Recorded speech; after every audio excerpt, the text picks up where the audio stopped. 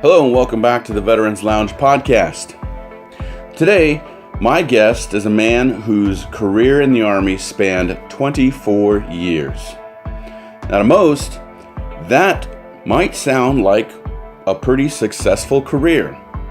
But to my guest, Farron Dozier, he felt that his career was cut short.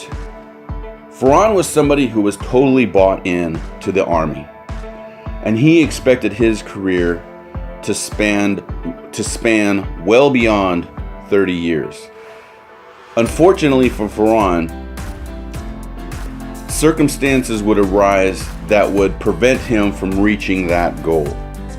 Regardless, today Farron is going to share a story with us that I believe many military veterans can relate to. It's one that talks about the loss of identity and the perilous journey that follows. Farron's going to talk about how he dealt with those feelings and those emotions and those thoughts. He's going to tell us about how he currently deals with those thoughts and those emotions. And then he's going to share with us how our military training and experience can help us to overcome the war that many veterans currently fight, which is the war in your mind. So, without further delay, Farron Dozier. Hello, welcome back to the Veterans Lounge podcast. I am your host, Miguel Mata, here with another fantastic veteran. I am really excited to hear this story today because it really talks to a whole lot of, I think it's a story that many of us veterans are going to be able to relate to. My guest today is Farron Dozier. Does that sound right? That's good. Awesome. I've been called worse.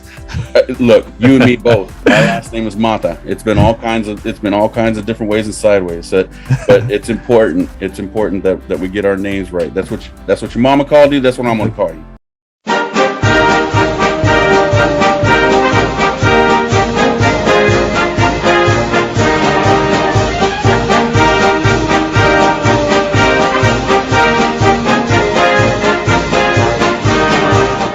Yeah, thank you. Okay, thank you very much, Farron, for being on the podcast today. No problem, man. Thank you. Can you hear me okay? I can. Okay. Yeah, greatly appreciate you being on the podcast today. I tell you what, you've got a fantastic story, so interesting, so compelling, so much that we can learn from it.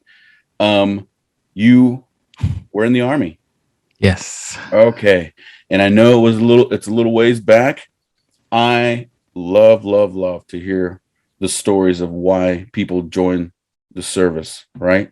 Yeah. You mind sharing that with us? Not at all. What made you join? So I remember being in junior high school and you have the ROTC program. I was never in that.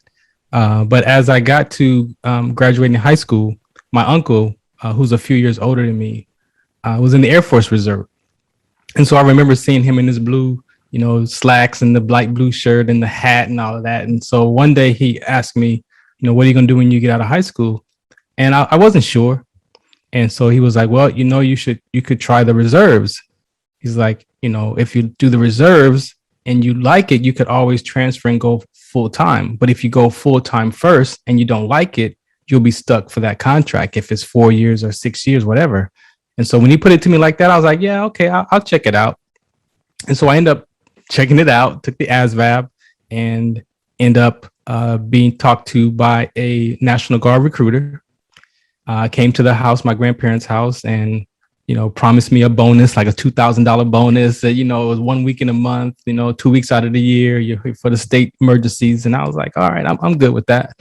So I joined, and that transition to basic training pretty much.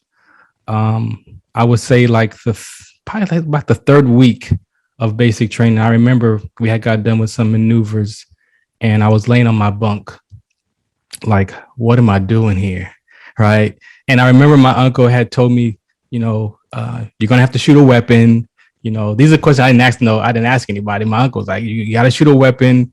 You got to take exercise tests. So make sure you start working out. So I remember exercising and stuff kind of going to the tracks and stuff to kind of get my cardio up. But that day on that bunk, man, after we got done with that weapon and crawling through the dirt and the sand, it was like, what am I? And I was at Fort Jackson. So they got red clay, like that's not mud, it's clay. So I was like, what am I doing here? And I kid you not, I could tell you that's where my brain clicked over. And I was no longer a little 19-year-old kid. I became a soldier that morning. That's pretty cool. Just out of curiosity, what year was that? 1989. It was a good year. I was 19, baby. So that was the moment that you remember that you turned the key on your being a soldier. Yeah, it was on. So what did you do while you were in the service? So I started on that. Now check this. I started out as a medic, is what I signed up for. I was at Fort Sam Houston, the last 2 weeks of the AIT, and I'm playing football for the company that I was in. And I went out for a pass. We were playing against another unit there, and I went out for this pass, and I went to stretch out to catch the ball, and me and the guy tripped up, whatever, and I hit my head on the ground. And so I started having headaches, and I just could not focus. I was, like I said, I was pretty bad shape, minor concussion, I guess you could say.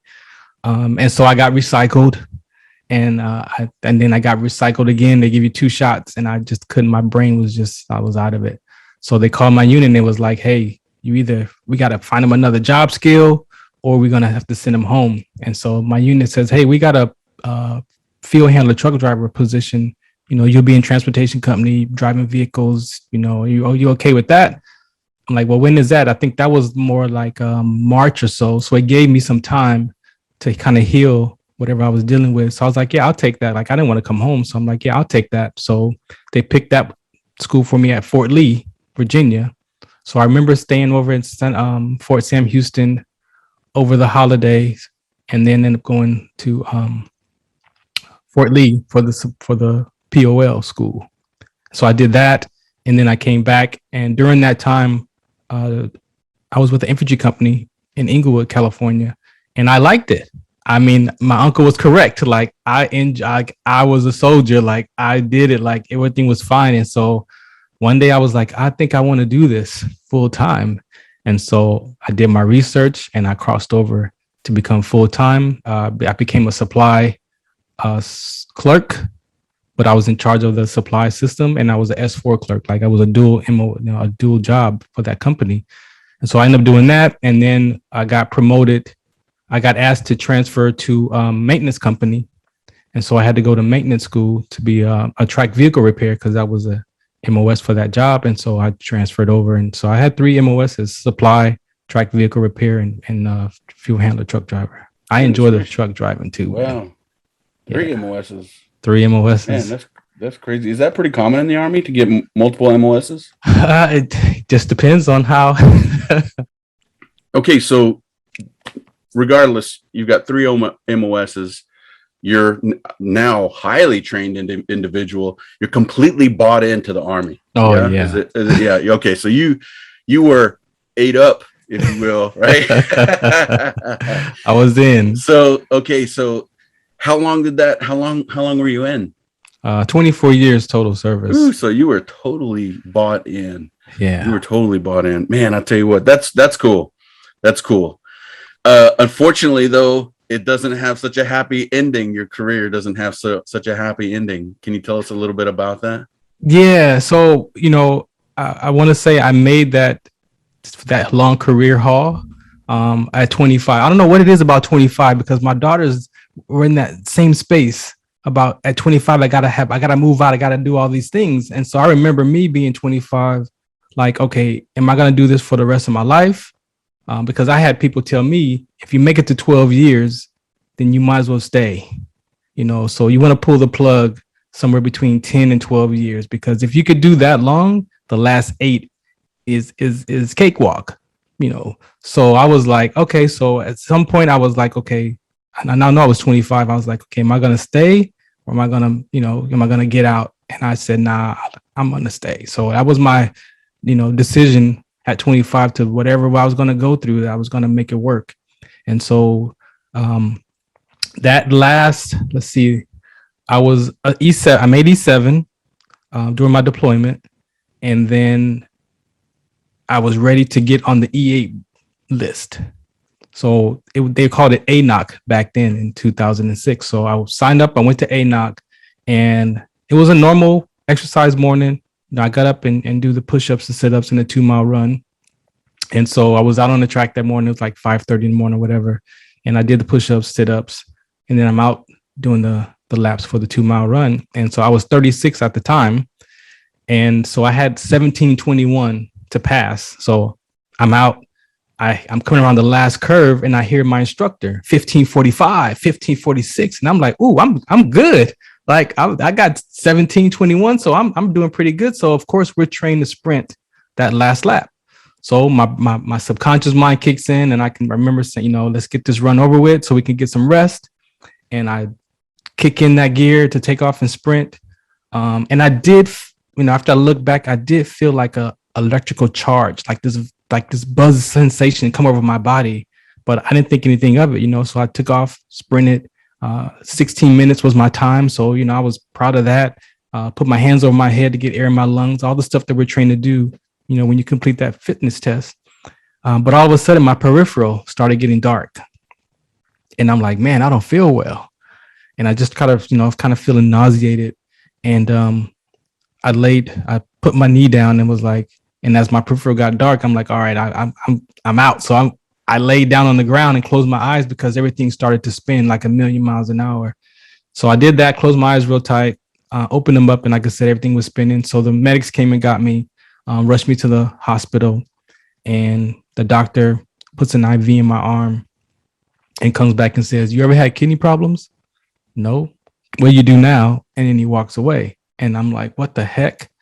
So he comes back in and says, you know what? Freak accident, probably dehydrated, heat stroke, heat exhaustion. I'm like, that don't make sense. Like it was 6 o'clock in the morning. Like what heat stroke you talking? Like, so it didn't make sense. But he was like, maybe heat stroke, dehydration. I'm like, okay, cool. He was like, I'll give you another IV, go back to the barracks, take the rest of the day off. You should be fine.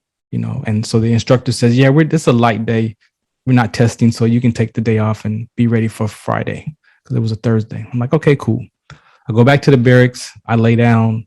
I wake up mid-afternoon, I would imagine, and I'm worse. Everything is still spinning. I'm nauseated. I'm throwing up. I try to drink water, Gatorade, eat a banana, like all my little snacks I had there. Nothing would stay down. Barely made it to the bathroom. Like I almost crapped on myself. Like I was in a terrible state. So I make it back to the bunk. I lay down and go back to sleep. I'm sure it's 16:30 because my classmates come back in the barracks and they see me and they're like, oh, you're not well. I'm like, no. So they get the instructors and they rush me back to the hospital that night. And so the night doctor did some blood work and did some tests, and he saw that my creatinine kinase levels, CK levels, were like 12,000 and rising. So the creatinine kinase levels at age 36 were supposed to be about 150. They were 12,000. So there is a condition called rhabdomyolysis, which is a skeletal muscular disorder. And so what happens with that disorder is if you overexert yourself, the muscles start to break down and they leak into the bloodstream, and the negative enzymes and the myoglobin from the muscles start to hit in the kidneys, and that starts to cause the renal failure.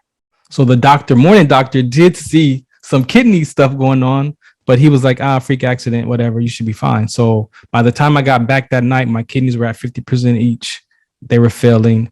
I could barely walk. So I had severe muscle damage, joint damage.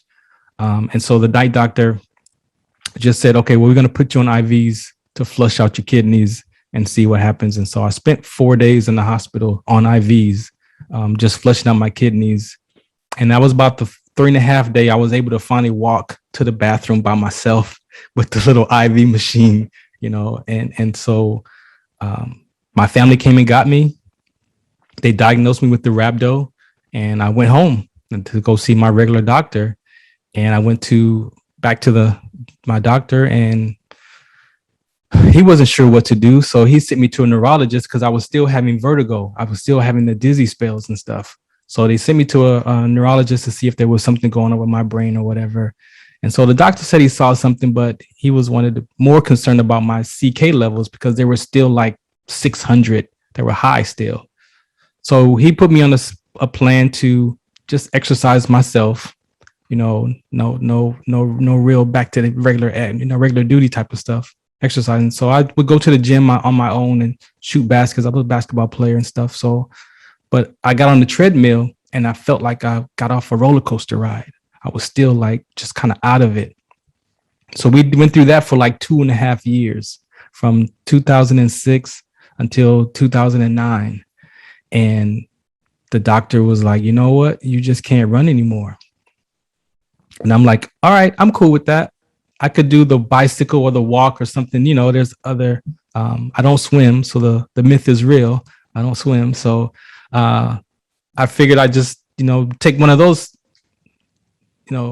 activities. So I turned my paperwork in to the state surgeon facility and all that. And when they saw that, they was like, oh no, you're done. Like, we need to figure out what happened. I'm like, nah, like that was like almost 3 years ago. Like, I'm cool. Just give me the profile or whatever, let me do this other thing. I've seen people have worse stuff than what I'm experiencing. So I should be fine. I'm good. I just can't run. They were like, nah, we gotta do some more research on you. And so they put me on a P4 profile, which then I was undeployable. I couldn't carry a weapon. Like I couldn't do anything. I could just wear my Once uniform. it messes with readiness, you yeah, buddy. On the list. Yes. So that was my downfall. But you get, if it messes with readiness, yes, it's like they got, yeah. Yes. So that was what got me. And so I remember after they told me all that and gave me the profile, I remember this email came in and it had, of course, my name on it and my soldier's name. So of course I'm going to look at my name and see what my status is. And it had pending discharge next to my name. And I could tell you, as I sorted through my, after I started kind of getting in a better space, I started to look at like what happened. And I remember reading that email and I remember saying to myself, man, my life is over. Like I'm like, and nobody talked to me. Like, wait a minute, somebody's supposed to go to some kind of board or something. Like, why would it say pending discharge and nobody's done no like I haven't talked to anybody. So right away I replied and I called that person who sent that email. I said, hey, my name has pending discharge next to it. What's up with that? They were like, oh, that's a mistake. You got to go through a board and blah, blah, blah. And I'm like, all right, okay, I'm cool. But I had already read it. I had already downloaded it in my heart. So now can you imagine being at work and that phone rings? And I'm like, is this the call that's going to end my career? And so I became like a zombie at work. Like the stress. So now I'm not only dealing with my physical pain, but now I'm dealing with my mental.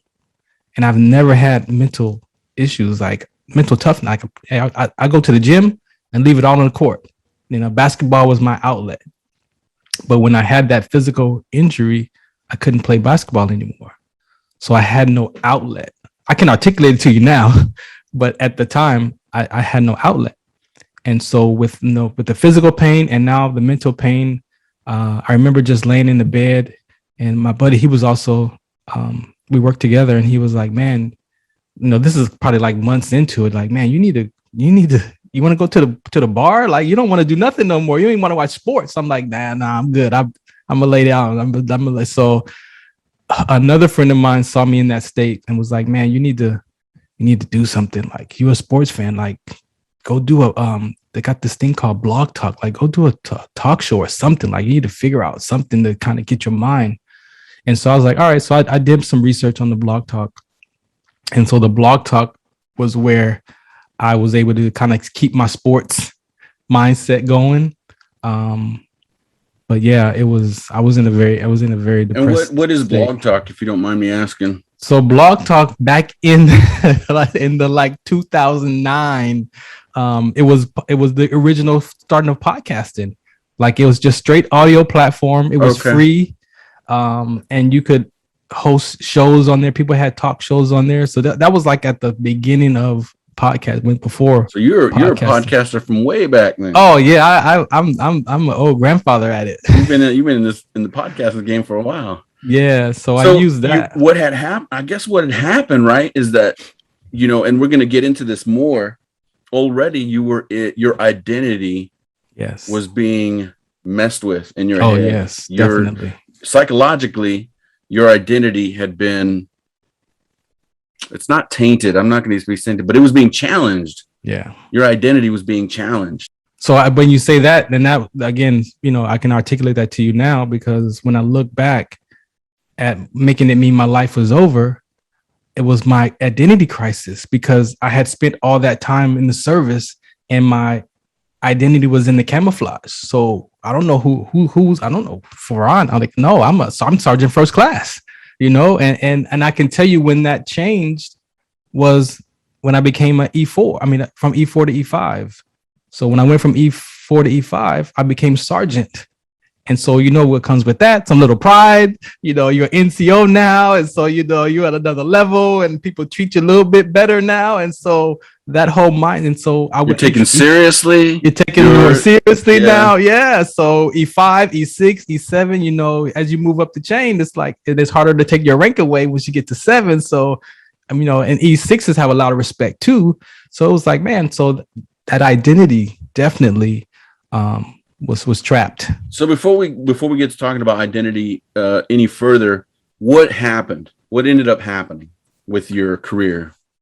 So one day I was on the base and I was headed home, and the officer that we served together, he was a platoon leader. I was the platoon sergeant, and we worked together that year of the deployment. Never talked about sickle cell trait, but he sees me on the base like 5 years later. He's like, how you been? I'm like, man, you don't want to know. He's like, nah, tell me. I'm like, man, I could barely walk. Like, I'm having these issues.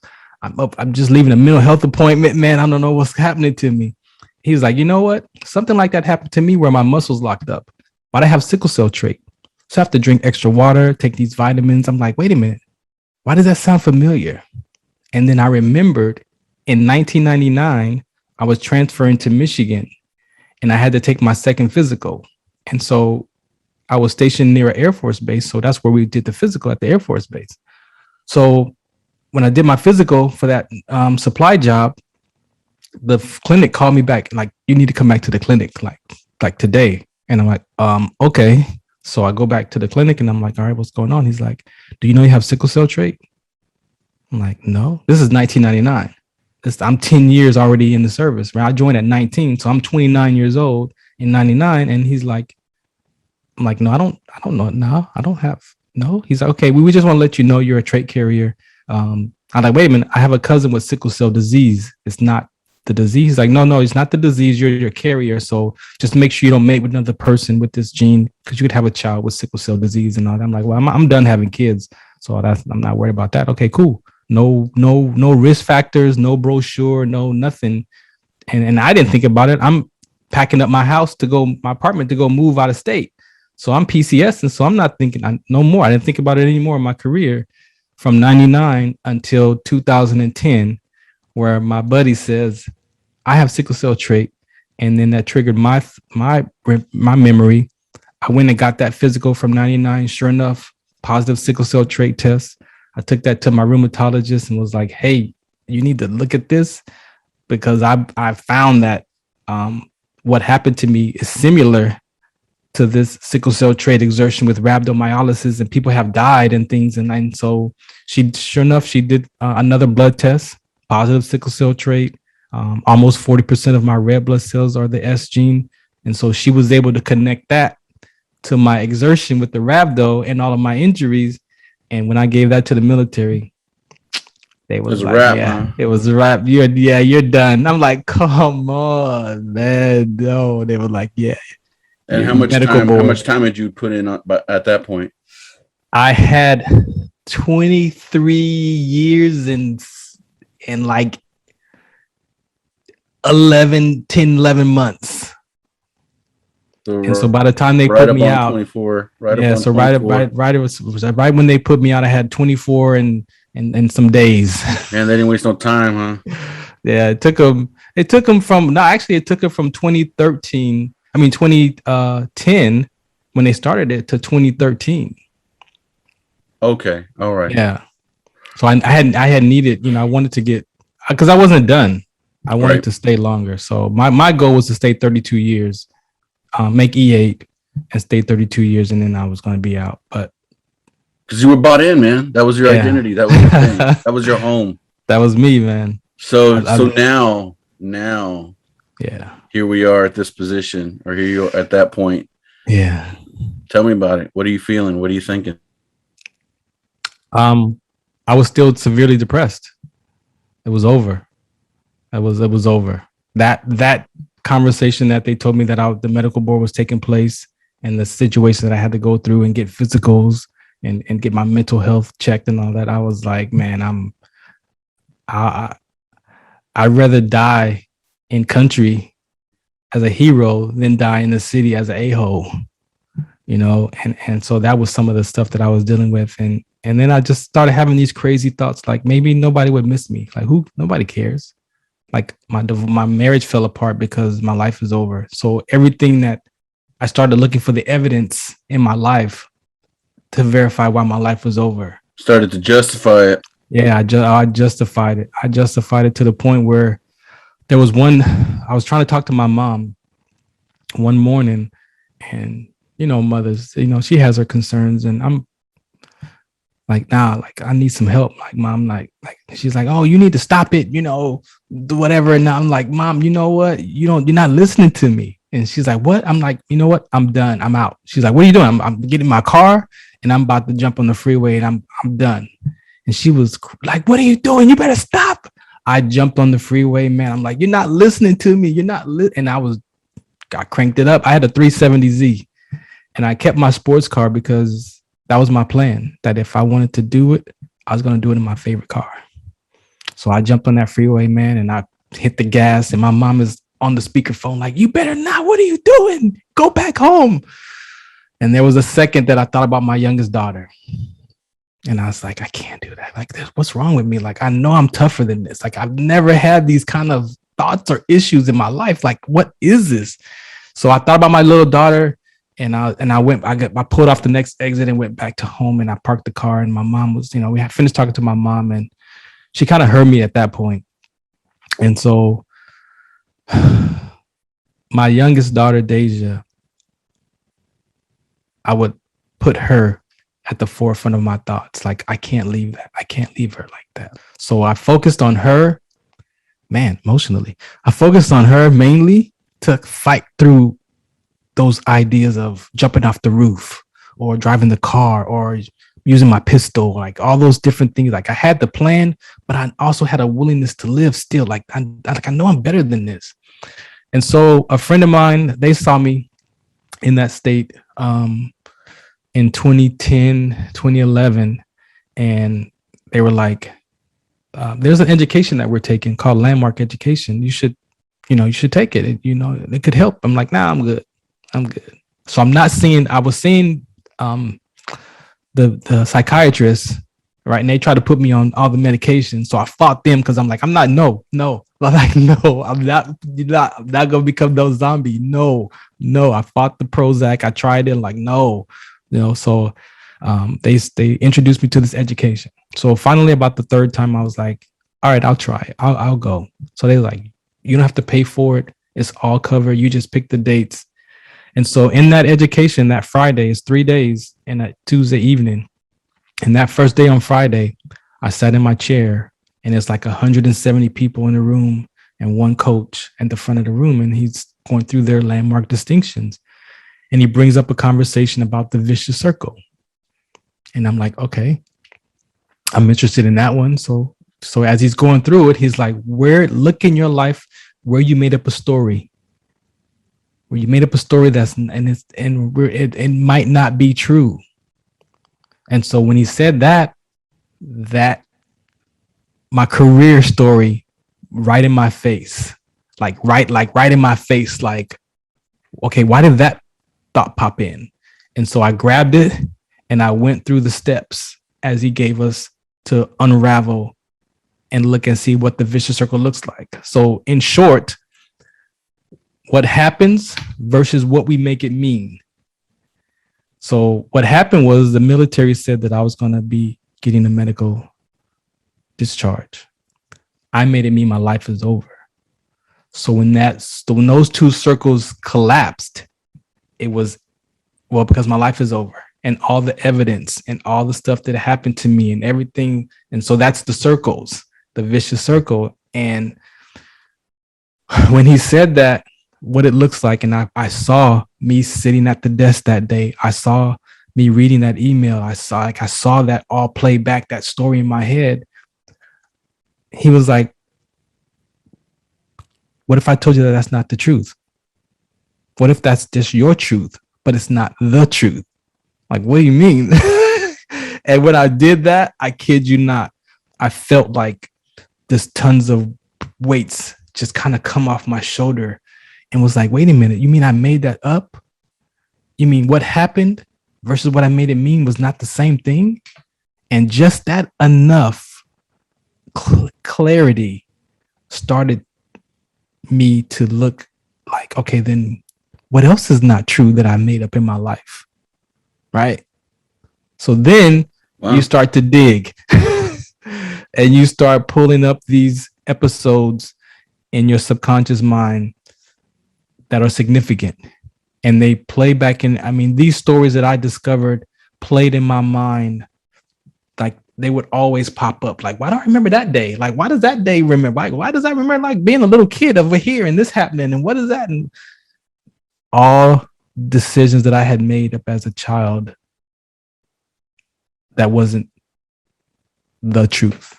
They were my truth, but they weren't the truth. And when I was able to challenge that, I'm gonna say it. Okay, so I'm gonna piggyback. Okay, I'm gonna piggyback on what you said. Only to bring the point home for any veterans who might be listening, because I can relate nearly 100% to the story that you're telling. Because when I was in transition, I visited mental health. And in my 20 years, I had never it had never even occurred to me to visit the place. But that transition, that loss of identity, that challenge to your identity is so significant because it's a lifestyle. The military is a lifestyle. Yes. You become this person.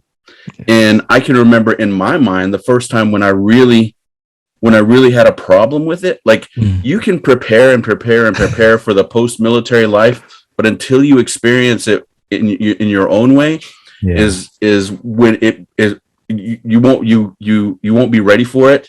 But just know that it's going to be okay. But for me, it was I called an office. I called an office on base for something, and I can't remember what it was. And they called me Mr. Mata instead of Sergeant Mata, and I had been Sergeant Mata for so many years, and it like hit me different. I was like, like I wanted to correct the dude, but I was like, nah, man, that's like, I'm not that guy anymore. My wife actually helped me out a little bit by saying, because I was talking to her about it, and she said, you'll always be that guy, but you're not just that guy. You're all kinds of, you're all kinds of other things. And if there's anything that I could impart on veterans who might be dealing with that similar situation where you just feel like this is who you are and then there is nothing after. I can tell you that it's not true. It takes time and it will be okay. And it helps if you find something like you're about to share with us that you can invest your energy into, that you are passionate about. Because I'm doing this right now, you're doing what you do, and I'm going to get real and comment on this one thing too by saying, and I heard this from another guy that was talking on TV when he said something like he had suicidal thoughts because it just made sense. It just made sense that following the end of his military career, it just made sense to die. Like that was it. Life was over. I had that same feeling. Yeah. It just made sense that was it. That was it. That was the end of life. It just made sense. And it's just, you don't, and for me personally, you don't think about who's going to be impacted by it. You don't think about, what comes after. You just know that is the end, and it makes sense. And like you said, because we bought in. I bought in at 19. I bought in at 19. At 19, I retired medically at 43. I bought in when I realized, I told you, when my brain clicked, I realized these guys are teaching me how I'm going to survive. They're teaching me, these are tactical skills. Like and they would tell you, I don't care where your wife is at. You don't daydream about where your girlfriend is at. You don't daydream about your wife, because if you just that 1 second of you on the battlefield daydreaming about missing your girlfriend or missing your wife, that you can get your whole squad killed just by day. And I was like, oh my gosh. So when you buy in, it was like my family didn't know like what I did. and I kept them separate from it. Not as a good thing, but it was definitely a factor at 19 in believing those principles and the objectification. And that's what I learned just recently about the mentality of us as veterans, but not just us as veterans, but as a human being, that we objectify. And when you objectify people, it disconnects you from that human connection. And so I want to say this: as veterans, we're not different than our counterparts who are veterans of athletics. And I hate this example, but the football player Junior Seau, who retired, who had an awesome career, retired and felt his life was over, and he pulls the trigger like that. So it's a human being flaw. But when you look at it as from veterans, athletics, no different, because the identity of that guy playing football since you was 5 years old or 2 years old, and you grow up and you able to make it to high school football, you're able to make it to college, you're able to make it to the pros, and you don't deal with all your life stuff that happens. You don't deal with the divorce, you don't deal with your parents dying, you don't deal with your grandmother dying, and then all that stuff is stored that we think we can put it in another compartment of our brain. And then when you're at home and everything's quiet, it's like, well, then what's next? Like, oh, it's over. It's like, no, man, like that guy had an awesome career, and I'm sure he could have had an awesome future. But that mindset, and it's like, it's a human being flaw. And that's why I like sharing my story, because the mentality that we have as veterans is that civilians don't understand us. And I tell you, that is true. It is a true statement, but it's not the truth. And I don't want people to understand me, because I don't understand me. I ask you to relate to me. So if you could relate to me and you could put yourself in my shoe and be like, man, if that was me, I probably would feel the same way. Then now we can have a conversation, because if you're trying to understand me, you're not listening to, well, I don't know about that. So you're just throwing out what I'm telling you aside to try to make, so you can, no, I don't want you to do that. I want you to just sit, relate to me, and imagine if that was you, what would you do in that situation? I think that's a great way of putting that, because isn't that the way society is? They're trying to understand you, so then they only try to react and respond, right? Listen to respond. But if you relate to someone, you're making the conscious effort to connect. Therefore, you're trying to, the understanding comes, will become a natural part of it. Exactly. That's the end result. Yes. Yeah. Yes. So I want to get into, what you're investing your energy into. But before I do that, I just want to say one last thing, which is that, just to put emphasis on what you just said about, it's true that you were as a veteran, you were a veteran, but you're more than that. Yes. You're you as a person, and you are more than just a veteran. You are a person. You're a person with needs and desires and energy. And if there's anything that the military has given you that will prepare you for this stage of life, it's the energy and the know-how and the savvy and the ability and all the good things to be able to to invest your whatever passion you invest in. It's going to be done in a great way. Yeah. Excellent.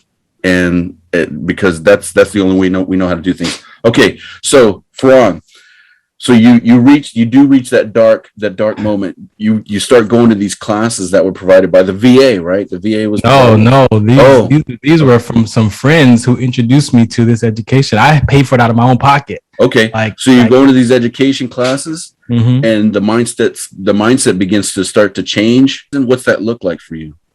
So again, in that education, they talk about if you made up all these stories in your life, that obviously we just showed you that we're not the truth about who you are, then now who are you? Right? Then now what's your purpose? Right? And so I looked and like, okay,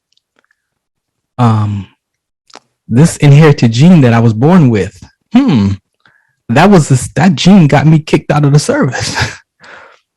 I looked in that, I did some research on that gene and found that military personnel have died from it. Football players have died from it. All the different branches of service members, Air Force, Navy, Marine have died. Some have died from the same experience, but I lived. So why did I live? I must have lived to share my story.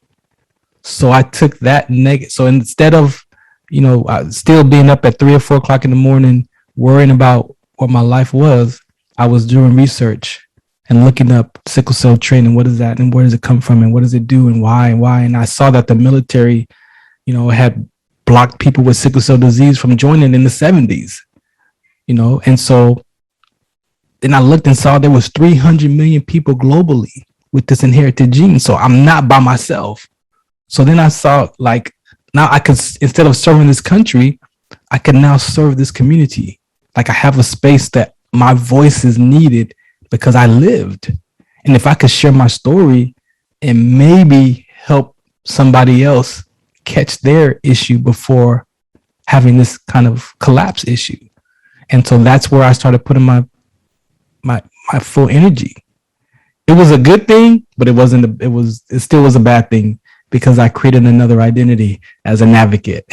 And so you have to be careful because we will look to identify with some kind of way in life and so I started to just kind of, I got to figure out who is Farron?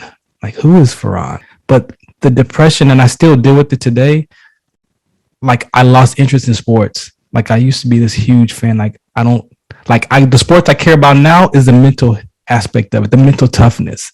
So that I don't do sports highlights. Like I don't care how many touchdowns or how many points they scored or who's on what team anymore. It's about the mentality. Because if you look at those basketball players, they're struggling. They're struggling with life still. So it's like I'm into that mental toughness, and so being able to share my story, and advocate for this community of people. Like you said, I use all of my military tactics. I use all of my military mindset.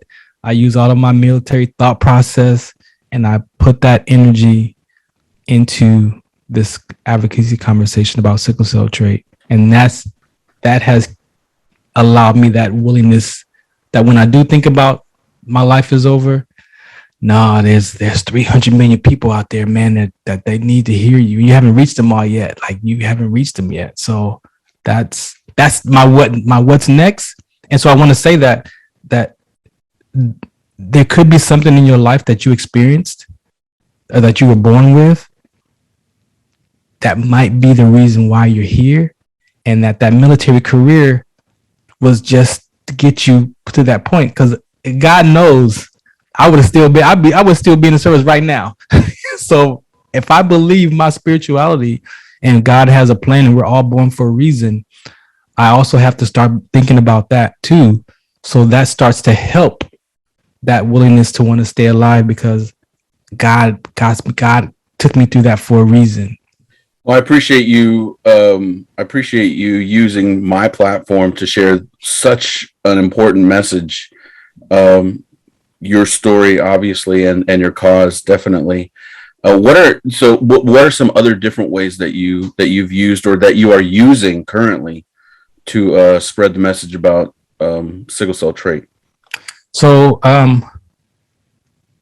that that blog talk show from 2010, I still have that show. I use that platform as well to interview. So what I did was I started getting connected to the community of people.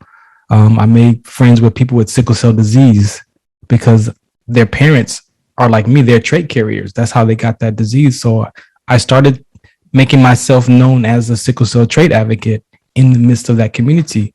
So now people send me messages when things happen in the news. People send me information, and so I just interviewed a mother who lost her daughter to sickle cell trait with rhabdomyolysis at a Navy academy. She was in Navy boot camp.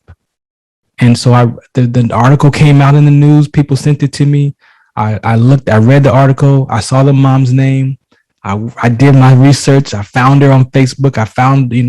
And I just sent her messages like, hey, this is who I am. I experienced this. If this is what happened with your family, I'm willing to help. If I can help you find answers or answer questions or to ask the military or whatever. And so took her about a week or so. She responded. And I gave her information, and then that was probably about a year, almost 2 years ago, and she agreed finally last week, and she came on my other talk show to share. What's the name of your talk show? So my talk show currently is the Farron Dozier Show. It's a music marks your place in time, the soundtrack to your life.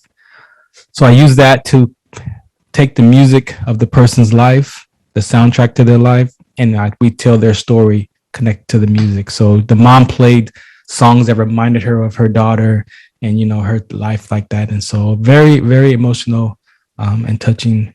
So we're going a little long, and I may have to split up this into 2 episodes maybe, but I tell you, I do really, really appreciate you sharing so much of yourself.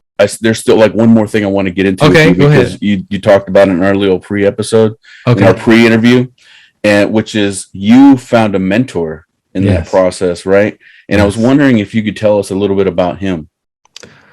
So during this journey, what I did, I also created a show called Trench Talk.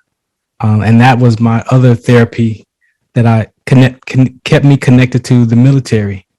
So I would start interviewing other soldiers from, they say the Vietnam era, they don't share their stories, but I was able to get some stories out of some Vietnam veterans. I was able to meet some Desert Storm vets. So I went through just people who I met who had served.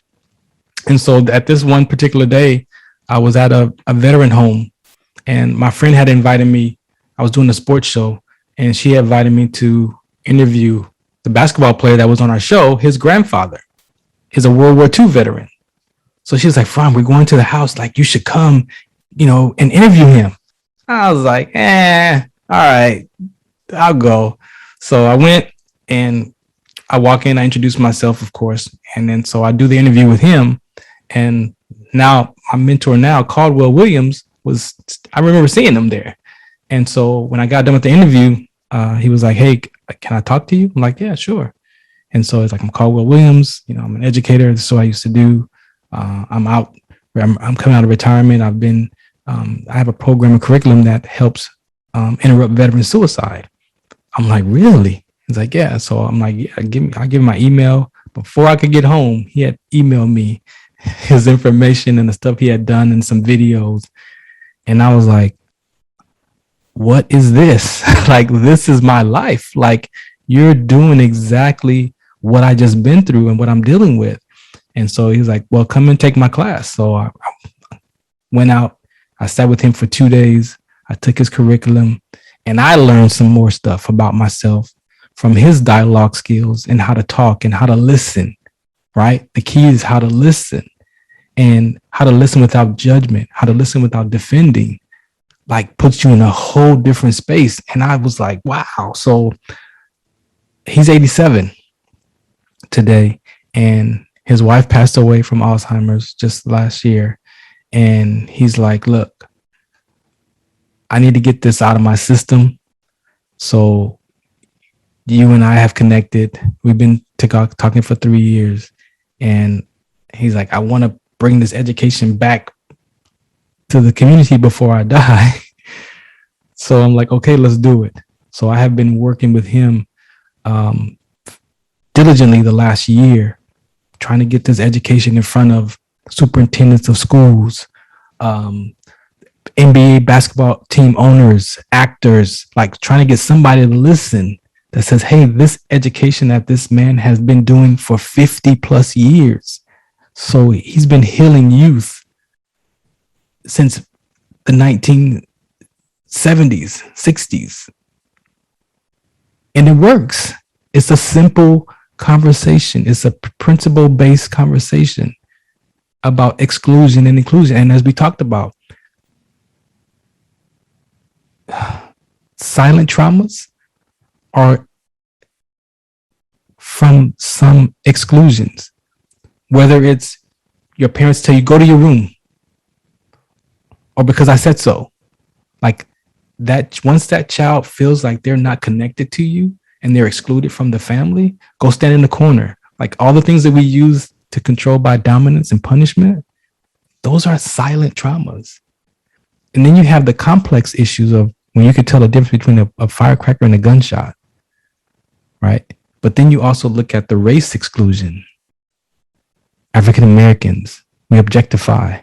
Hispanics, like those are silent traumas, emotional silent traumas. So the society is dealing with so many silent traumas that we're an emotional wreck. And so even for the white person who feels included because of their race is just a reverse of exclusion because they feel included. So you're dealing with inclusion and exclusion as a silent trauma. And when you are able to sit and sort through that through your life and through language and realize that that's what's at the core of underneath all your issues. He talks about the guy that put his knee on the neck of George Floyd, that cop. He says, Farron, that cop is hurting. If you look at his background of where he's from, his parents, his ancestors are probably indigent servants. So they were excluded. And so now he grows up, well, I'm included because I'm white. And I'm objectifying you because you're the other, because you're black. So now I'm a cop. So now you're a criminal. You're not a person. Objectification disconnects us from that human connection. So when the cops objectify, like military, we objectify the enemy. Cops objectify the criminals to us as criminals. So you're not human. So he's like, Farron, that cop they put him in jail, but he's hurt. He's scarred from his own past, but nobody cares about that. So his education, man, is so phenomenal. And so we're at the point where I've got some videos on my social media and I've had him do some interviews and I've recorded him talking.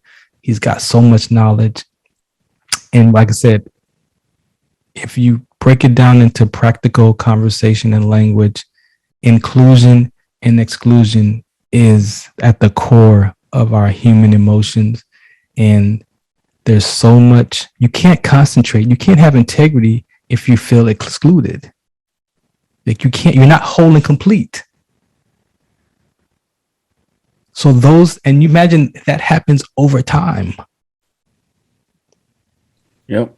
We're suffering as a race of people. We're suffering.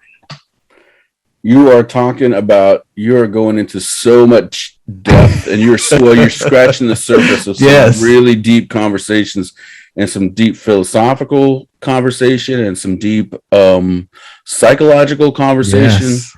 He's a mental health educator. Right. At its core, that's what he is, a mental health educator. So and it's all very fascinating. And I encourage people to look into that stuff. If any of that stuff intrigues anyone, even if you don't buy it, I still encourage you to look into it just as a philosophy and just as a philosophy. Right along there, you can get into the diaspora philosophy and how people are displaced and whatnot. Yes. and the psychological and emotional scars that get carried generation to generation. And that's what's you and that's what the media that's what the media keeps putting out in the right. Just the black and white conversation is enough to keep us separated because there's a sense of entitlement. We got to go ahead and wrap up here. We did go kind of long, but gosh almighty, you had so much good stuff to share, and I might ask you to come on and because I know I'm not going to be able to use all of this. So what I have to exclude, I may ask you to come on a second time so we can get into it and just use a full episode on it later if you don't mind. No problem.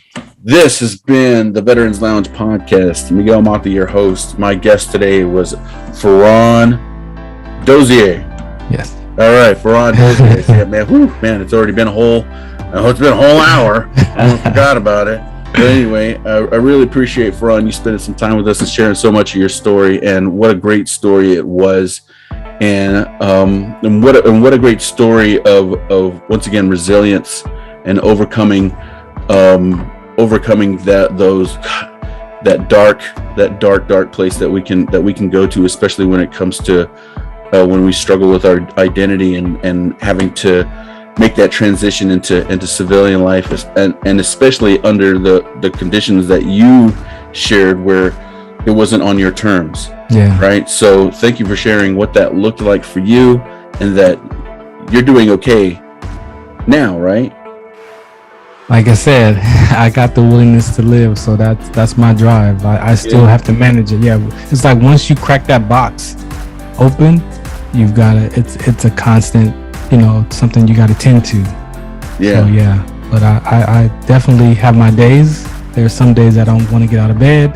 There's some days that I still feel like I live in a pain 7, so it's like my body reminds me.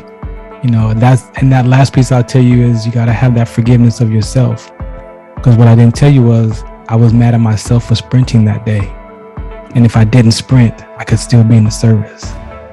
So I have to forgive myself every day. Remind myself that it's not my fault. You're okay. It's God's plan. You have no control. So that's how I maintain. I tell you, it takes all of it to use everything that I've learned.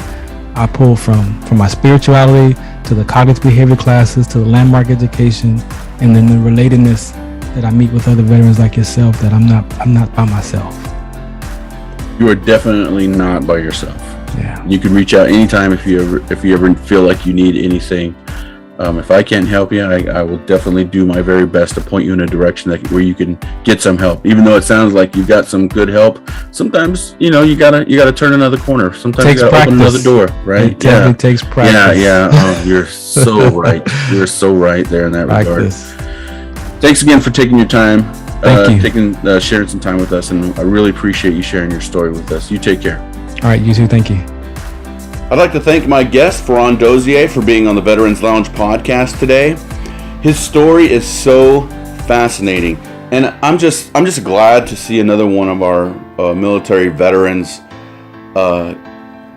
be successful in dealing with the difficult transitions that we deal with as military members, and I'm glad to see him work his way into a light that is hopeful and that is positive.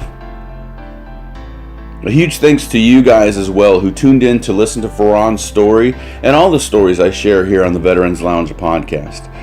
If you're a veteran currently dealing with the challenges that come with separation from the military, I hope Farron's story and the other stories that we share here, I hope that you were able to gain some knowledge and some information, some perspective, and maybe some direction as to how to proceed in your transition into civilian life, difficult as it may be. If you enjoyed this episode and you're listening to it on podcast form, please share it with your veteran family and friends. Let them know that they can hear it pretty much wherever they get their podcasts. If you're watching it on YouTube, please like the episode, subscribe to the channel, and share it once again with your family and friends, veterans. Share it with everybody, but share it with your veteran friends and family. mostly, right? Particularly. Please comment, share some feedback. Constructive criticism is preferred. However, I recognize that there are some jerks out there who just have to be jerks. And, you can put whatever. it's whatever. It's whatever. I'm a big kid. I can take it. But for sure, I'm always looking for feedback. So, comment, leave a comment. Tell me what you guys think. Thank you once again to Farron for being a guest, Mr. Farron Dozier, for being a guest on the podcast. Thank you once again for listening and for watching. You guys take care. God bless. If you would like to be a guest on the Veterans Lounge podcast, go to veteransnexus.org/podcast to learn how. The Veterans Lounge podcast is a project produced in association with the Veterans Nexus Foundation, where they put veterans first and provide opportunities for vets to meet their higher education goals and also find employment as they transition back into civilian life. If you'd like to learn more about Veterans Nexus, visit veteransnexus.org.